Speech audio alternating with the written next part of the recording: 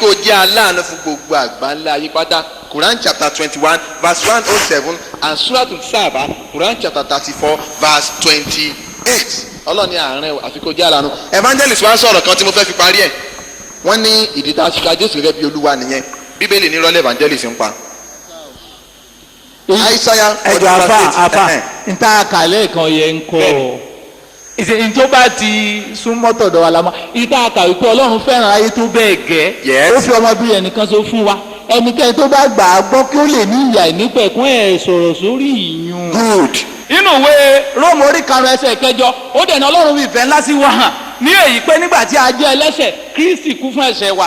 now Al-Qur'an dẹ̀ sọ pé kí àlàáfíà ó máa bá mi ní ọjọ́ tí èmi ó kú àti ọjọ́ táwọn gbé mi dìde. Mo dẹ̀ ń gbọ́ lẹ́ẹ̀kan nínú ilé mi ló jẹ́ ń jáde wípé Jésù Kristi ò kú wípé bóyá pé kò jíǹde pé kò jíǹde kò padà wá kò ṣe kinní kan. So ṣé gílódé ẹ̀fẹ̀ kóòtù gbogbo yẹn nu bí ètò ọjọ́ pé orí pé Jésù ò jíǹde nígbà tí Kúránì kan sọ pé àlàáfíà kó bá mi ọjọ́ tí èmi ó kú ọjọ́ tí èmi ó kú àti ọjọ́ táwọn gbé mi dìde.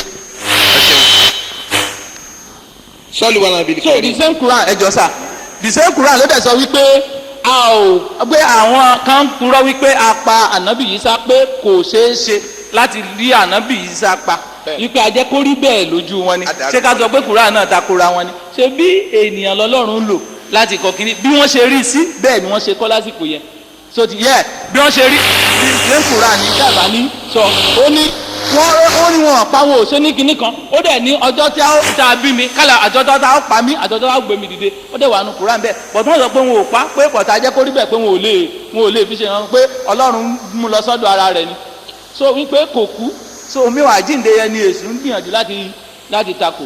Ẹ ṣeun Sọ́ọ̀lù wà lánàá bíi kẹrin evangelist náà mọ̀ pé ẹ ń tẹ́ ẹ kò lálẹ́ yìí ẹ máa wo wọ́n ní Jésù kú ìdí nìyẹn tí Jésù fi ń sọ nínú Al-Qur'an pé àlàáfíà fún ọjọ́ tí a bí mi ọjọ́ tí màá kú àti ọjọ́ tí wọ́n á gbé mi dìde ìyẹn túmọ̀ sí pópó jíǹde. John the Baptist ṣé òun náà kú só jíǹde? Ìbéèrè àkọ́kọ́ ẹ dá mi lóhùn. John the Baptist wọ́n gé orí ẹ̀ ni. wọ́n gé orí ẹ̀ ni. bẹ́ẹ̀lì sọ bẹ́ẹ̀. kò kú kò dẹ̀ jíǹde. Mótíù ó kú. báwa kọ́ka ti Jésù náà. Èlíjà ni ó kú. kọ́ka ti Jésù náà. Èlíjà ni kẹ̀kẹ́ iná gbé. ọ̀ya. bẹ́ẹ̀ ni ọdẹ ṣáájú gbogbo a sọ́ọ̀lù wa rí ni kẹ́rin Èlíjà ni Jòhánù gbà. Mótíù báwa. ọ̀ya ti Jésù. àti kí àlàáfíà kí ó máa bá mi. kí ló ń kà? Kúránì chapter 19 verse 33. tẹ̀síwájú. ní ọjọ́ tí a bí mi. Jésù ní ọjọ́ tí a bí mi àlàáfíà kó máa bá mi lọ́jọ́ tí a bí mi. àti ní ọjọ́ tí èmi yóò kú. ọjọ́ tí màá kú. àti ní ọjọ́ tí a ó bá gbé mi dìde. now màá ṣàlàyé ẹ̀fẹ́ evangelist ṣùgbọ́n kí n tó ṣàlàyé ẹ máa wọlé tí mo fẹ́ mú wá. mo ti bí wọ́n lè rìn sìn mo ní John the Baptist ó náà kó jíǹde ẹ máa gbọ́ ti John the Baptist o Quran chapter 19 verse 16. tẹ̀síwájú.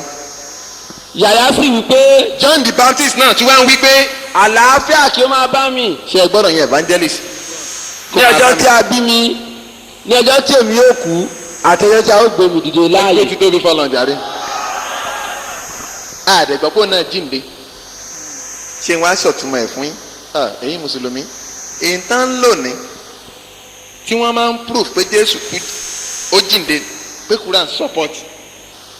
ṣe rí ọ̀rọ̀ yìí Jésù tó ń sọ̀rọ̀ àlàáfíà fún ọjọ́ tá a bí mi bẹ́ẹ̀ ni ṣe bá bí Jésù tó tọ́ àlàáfíà fúnjọ́ náà ọjọ́ tí èmi ó kú ọjọ́ tó bá kú tòótọ́ àlàáfíà fún ọjọ́ tá a gbé mi dìde ọjọ́ tí a gbé gbogbo ọmọ ẹ̀dẹ́ ènìyàn dìde àti Jésù súnmọ́ ilé náà torí jáwé ní everybody kì í ṣe àjíǹde pé wá kú níjọ́ kẹta ó wá ń jíǹde níjọ́ kẹta ó ń sọ generally ọjọ́ tí gbogbo èèyàn máa jíǹde tó náà jíǹde ìdí nìyẹn tí wọ́n ti ń apply sí John the Baptist náà John the Baptist náà sọ̀rọ̀ kí ló náà wí àlàáfíà fún mi lọ́jọ́ tí a bí mi ọjọ́ tí màá kú ọjọ́ tí a gbé mi John the Baptist náà dìde so náà jíǹde ni it clarifies the issue.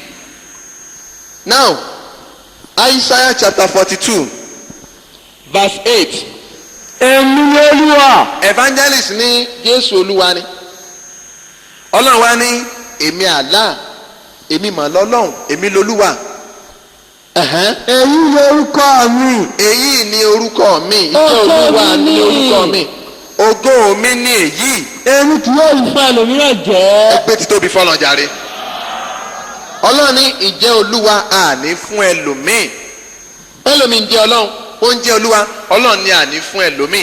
ẹni bá sọ pé jésù olúwa ni ó ti takò ọ̀rọ̀ bíbélì.